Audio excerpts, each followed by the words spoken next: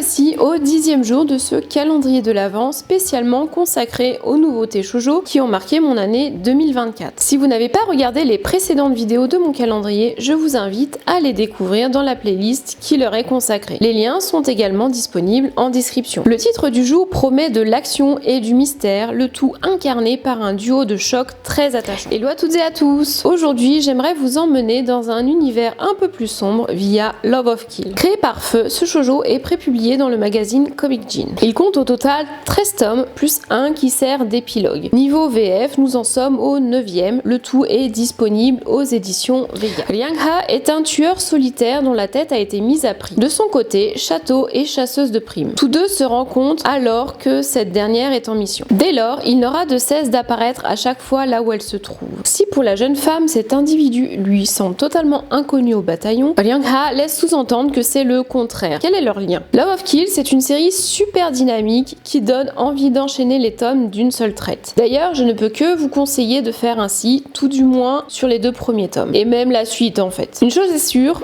lorsque la parution sera terminée, je relirai la série sous la forme d'un marathon. Le premier volume est en réalité une compilation de petites scènes épisodiques à la manière d'un feuilleton. En fait, l'autrice publiait ces petites histoires sur la plateforme Pixiv. Puis comme ces épisodes sont devenus très populaires, la série a vu le jour. La suite est construite de manière plus classique, je dirais, dans le sens où la trame commence à se dessiner pour créer un tout cohérent et moins épisodique. J'apprécie énormément le fait que les informations nous soient révélées au compte-gouttes. Au départ, on est vraiment dans le flou, mais petit à petit, certaines pièces du puzzle commencent à s'ajouter. Et c'est tout ce que j'aime. Quant aux personnages en eux-mêmes, ils ont un caractère que je trouve intéressant. Château est une jeune femme assez peu expressive et économe en paroles. Quant à Liang Ha, c'est tout le contraire. Il est tout à fait capable de faire preuve de détachement en mission, c'est logique vous allez me dire, que de s'enjouer parce que Château lui a adressé la parole, même juste 2 mots en fait, même juste elle l'a regardé. J'accroche vraiment à leur dynamique. Leurs interactions permettent d'alléger l'ambiance presque pesante et dangereuse qui caractérise l'histoire en elle-même. Le danger est tellement partout que personne n'est à l'abri et c'est ce qui participe à rendre le récit ultra prenant. Et voilà, c'est tout pour aujourd'hui. Vous aussi vous dévorez chaque tome de Love of Kill et attendez la suite avec impatience? Dites-moi tout en commentaire. Quant à moi, je vous retrouve dès demain pour vous dévoiler un autre shoujo qui a marqué mon année 2024. Ciao ciao!